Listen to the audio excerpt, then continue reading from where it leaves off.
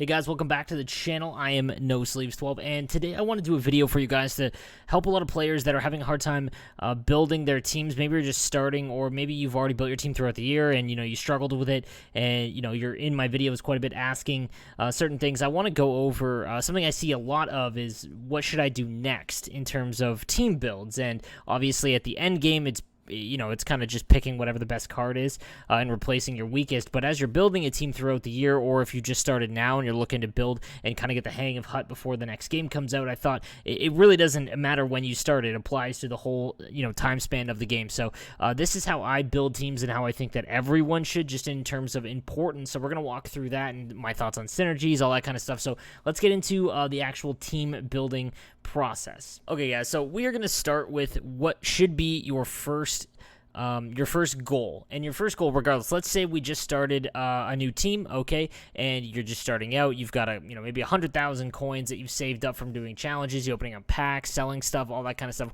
What should you do first when you're building up a team? So the first thing that you want to do is build your first two lines. Your first two forward lines are going to be your most important pieces of your team, no matter what. That is it. They are the most important. The reason for it is they are what's going to drive your offense. Defense is important, and I'll get to that later, but your first two forward lines are going to be what helps you win games. It's just they are on the ice the most, and they are 100% your most important, because they're also your power play lines as well.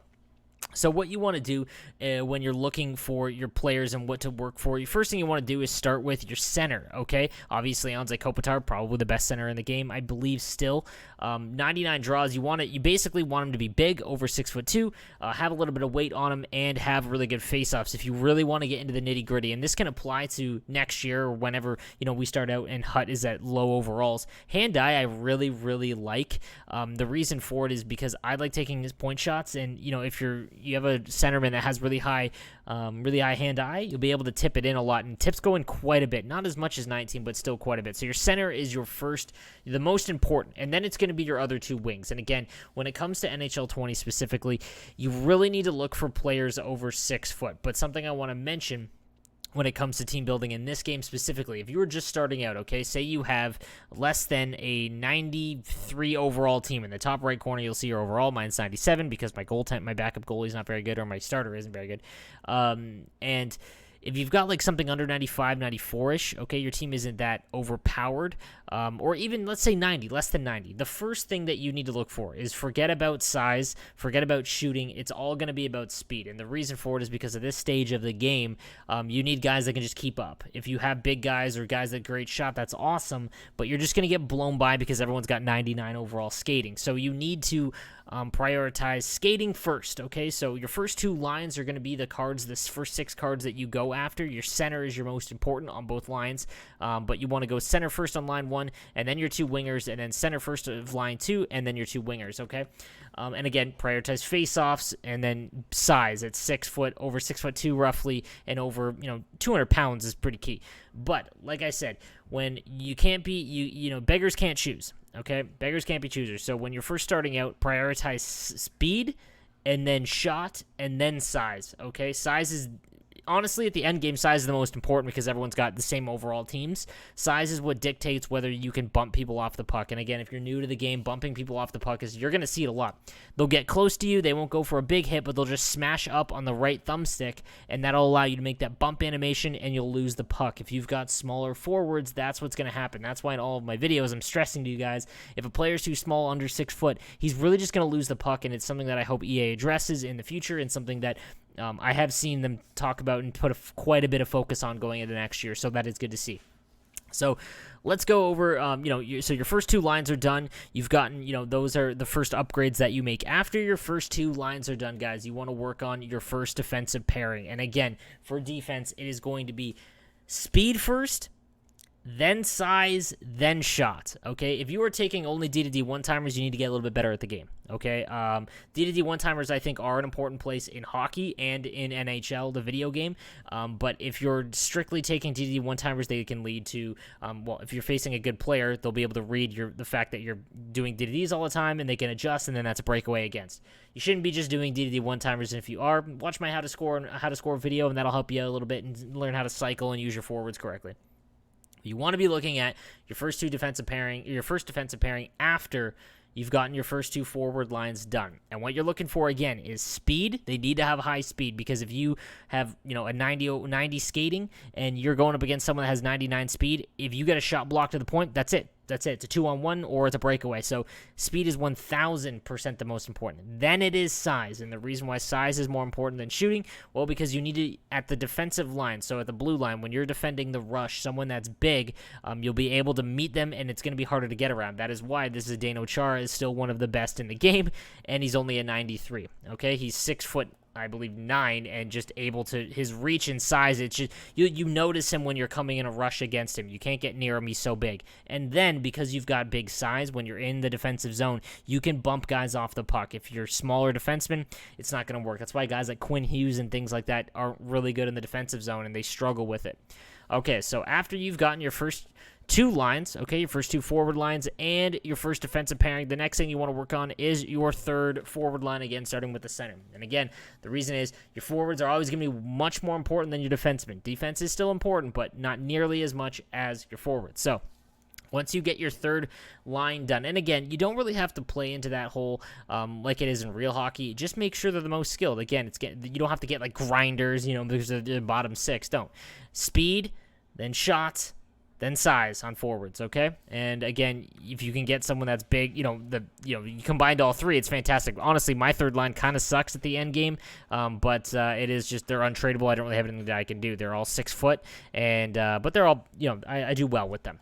After you've gotten your first 2 forward lines, or your first 3 forward lines done, and your first defensive pairing, the next you need to work on is your 2nd defensive pairing. Again, it's pretty basic. Your defense is going to be important, but it's going to be, again, speed, then size. Don't worry about shot. You can go after great shots once you have the luxury of building up your squad. Okay, so now once you have your 2nd defensive pairing done, because now you basically have someone that can actually play, on the penalty kill, things like that, work on your 3rd defensive pairing, because your 3rd defensive pairing is going to be much more important than your 4th line, because they just play more. They're on the ice more, and again, you don't want to get caught with, a great first 4 lines. Your 4th line isn't going to touch the ice nearly as much as your third line on defense. So again, your 4th line is what you need to work on last. It is your least important. Honestly, when it comes to Hut, I just like putting my favorite players on it. That's why I have this Akil Thomas on.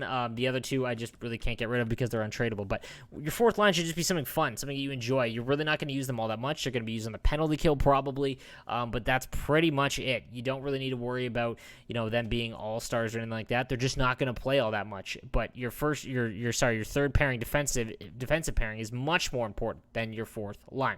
When it comes to goaltenders, guys, how you play in the defensive zone is 10 times more important than your goaltender. Guys get so hung up on who is a better goaltender, who should you have.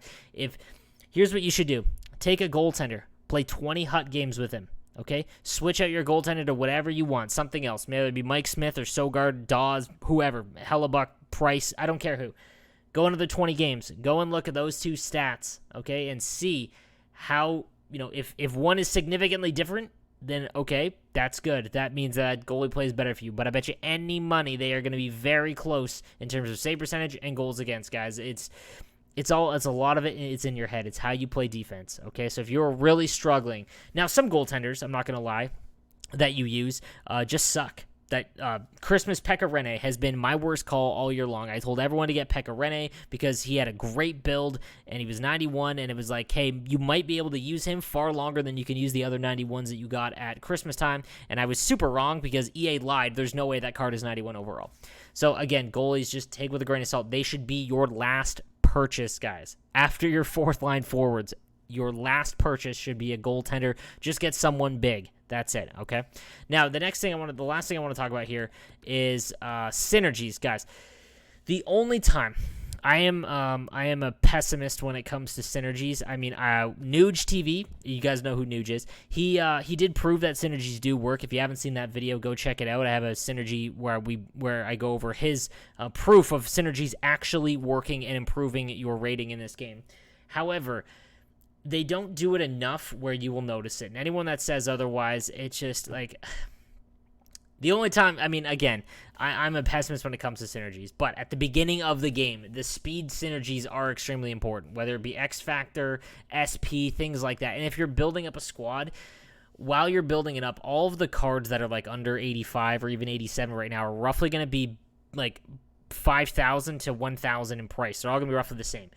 If you can get a speed synergy on top of it, then yes, I would go for it. After that, guys, I made a synergy video in terms of what my favorite ones are, but they really don't matter. If you have a card that's significantly better than another, and the only reason you don't want to do it is because of a synergy, please, for the love of God, get that mentality out of your head, okay? At the beginning of the game, for like the first 2 months, though, synergies, really important. It can really set yourself apart. If your team skating in the beginning of the game, everyone has basically the same overall HUT team. Obviously, you can throw hundreds of dollars in, but the amount of players that actually do that, very small, shockingly.